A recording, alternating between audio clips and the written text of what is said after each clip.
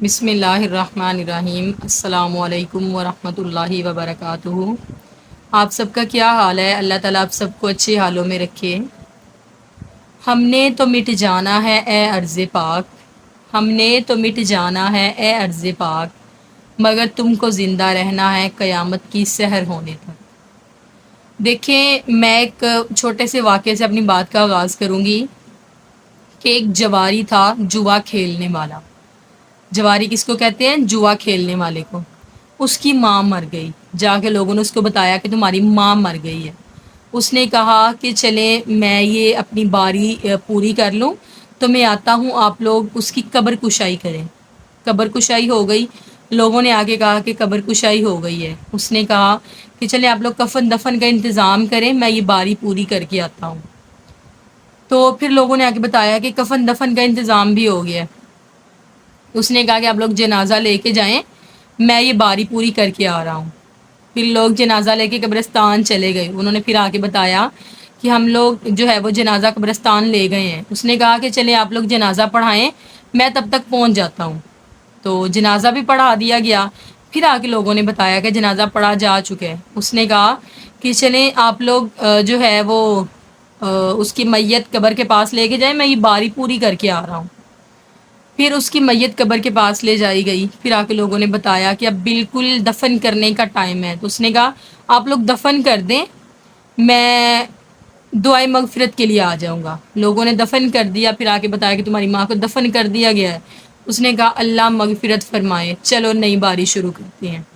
یہ حال ہے ایک جواری کا، جس کو اپنے جوئے کے سامنے کچھ بھی نظر نہیں آتا، حتیٰ کہ اس کی ماں مر گئی پھر بھی وہ وہاں پہ نہیں آیا کیونکہ وہ جوا کھیل رہا تھا۔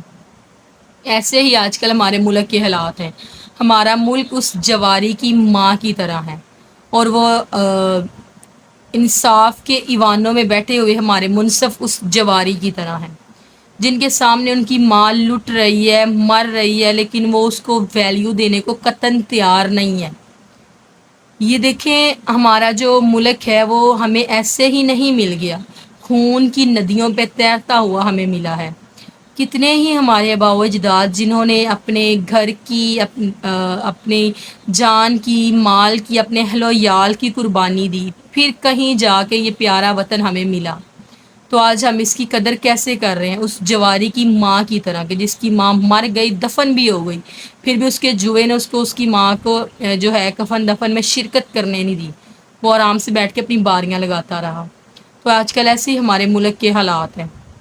دیکھیں، ڈیفینس ڈے ہمیں کیا یاد کرواتا ہے کہ ہمارے وہ شہداء جنہوں نے اپنی جانوں پہ کھیل کی ہماری اس ارض پاک کی حفاظت کی، ان کی قربانیوں کی ہمیں یاد دلاتا ہے۔ کیسے ان کے عزم تھے، ان کے ارادے تھے کہ انہوں نے دشمن کے دانت کھٹے کر دیے، لیکن ہمت نہیں ہاری۔ لیکن آج ہم کیا کر رہے ہیں؟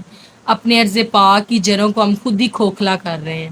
ہم اس کو خود ہی جو ہے اپنے ملک کو رسوا کرنے پہ، ذلیل کرنے پہ ہم خود تلے ہوئے ہیں۔ ہماری جو انصاف کے ایوانوں میں بیٹھے ہمارے منصف کی کرسیوں پر، وہ کیا کر رہے ہیں؟ وہ جواری والا رول ادا کر رہے ہیں۔ جیسے اس نے اپنی ماں کے مرنے پہ رول ادا کیا نا، وہی آج کل ہمارے منصف جو ہیں، ہمارے لیڈرز ہیں، وہی رول ادا کر رہے ہیں۔ دیکھیں، یہ لفظ پاکستان صرف 7 حروف کا مجموعہ ہی نہیں ہے، یہ تو اقبال کے خواب کی تعبیر ہے، قائد کے تدبر کا شاہکار ہے، ایک تحریک کا نصب العین ہے۔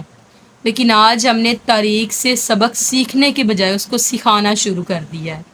ٹھیک ہے، ہم صرف اپنا مفاد سوچتے ہیں، جائے اس مفاد میں ہمارے پیارے وطن کی جڑیں کھوکھلی کیوں نہ ہو جائیں، ہمیں کوئی پرواہ نہیں ہوتی۔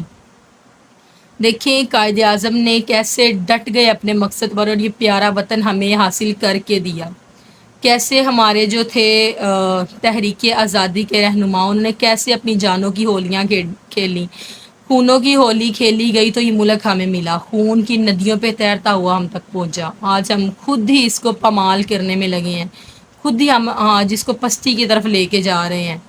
دیکھیں، کہنا صرف اتنا چاہتی ہوں کہ تھوڑی سی ہمت، تھوڑا سا حوصلہ، اللہ تعالیٰ پر ایمان، نبی صلی اللہ علیہ وسلم سے محبت، اور وطن سے وفاداری، کیونکہ وطن سے وفاداری ایمان کا حصہ ہے۔ پیارے نبی صلی اللہ علیہ وسلم کو مکہ سے کتنی محبت تھی، وطن سے وفاداری۔ باقی جو ہے وہ تقدیر پہ چھوڑ دیں، وہ خود ہی سنبھال لے گا، لیکن کم سے کم اپنے ملک سے وفادار تو رہیں۔